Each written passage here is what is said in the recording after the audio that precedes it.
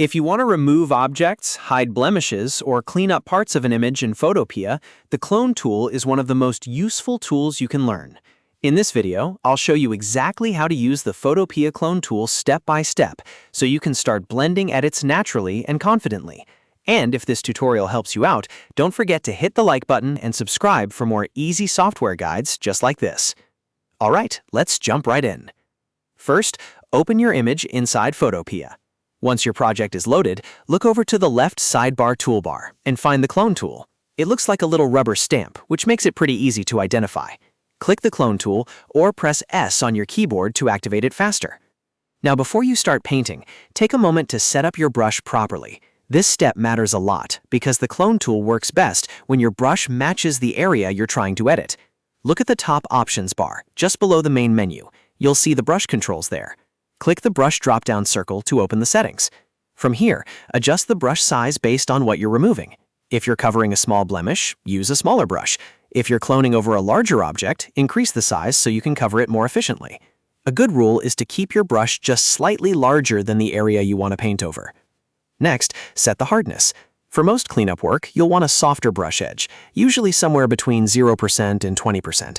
A low hardness helps the cloned area blend smoothly into the surrounding pixels, so your edit doesn't look harsh or obvious. If the edge is too hard, the clone can leave visible lines, which is usually not what you want. Once your brush is ready, it's time to choose your source point. This is the area Photopea will copy from, and it's one of the most important parts of using the Clone Tool correctly. Move your cursor over a clean section of the image that looks similar to the area you're trying to fix. Then hold Alt on Windows or Option on Mac. You'll notice your cursor changes into a small crosshair target. Left-click once while holding that key down to lock in the source point, and then release the key. That source point is now your anchor. Photopea will use those pixels as the material for whatever you paint next, so if you choose a clean area with similar color, texture, and lighting, your clone will blend in much better.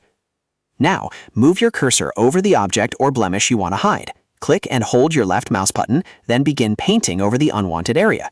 As you paint, you'll see a small plus sign or crosshair moving in real time. That crosshair shows exactly where the clean pixels are being pulled from.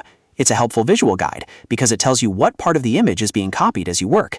If the area starts to look off, just stop painting and choose a new source point. This is completely normal. In fact, the best results usually come from sampling multiple clean spots as you move across the image. For example, if you're removing something from a wall, you may need to sample nearby wall texture again and again so the pattern stays natural. If you're editing skin, fabric, grass, or sky, the same idea applies. Keep sampling from areas that match the background around your target. Another helpful tip is to zoom in while you work. Zooming gives you more control and makes it easier to avoid cloning over details you want to keep. You can then zoom back out to check whether the edit still looks realistic from a normal viewing distance. That's a simple trick, but it makes a big difference. Also, don't rush the brush strokes. Short, careful strokes usually look better than trying to fix everything in one long drag. If you go too far, you can always resample and continue. The goal is to blend the clone naturally, not to force it to cover everything in one pass. If you're removing something near an edge, take extra care. Edges, shadows, and texture changes can make cloning a little trickier, so it helps to use a smaller brush and resample frequently. That way you preserve the natural look of the image, instead of creating visible repetition. Once you're happy with the result, take a final look at the image at full size. Check for any obvious repeating patterns or rough spots, and make any last touch-ups if needed. When it looks clean, you're done.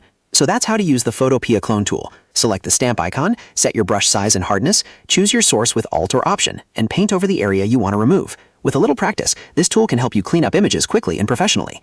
If this tutorial helped, make sure to like the video and subscribe for more Photopea tips, editing shortcuts, and beginner-friendly tutorials. Thanks for watching, and I'll see you in the next one.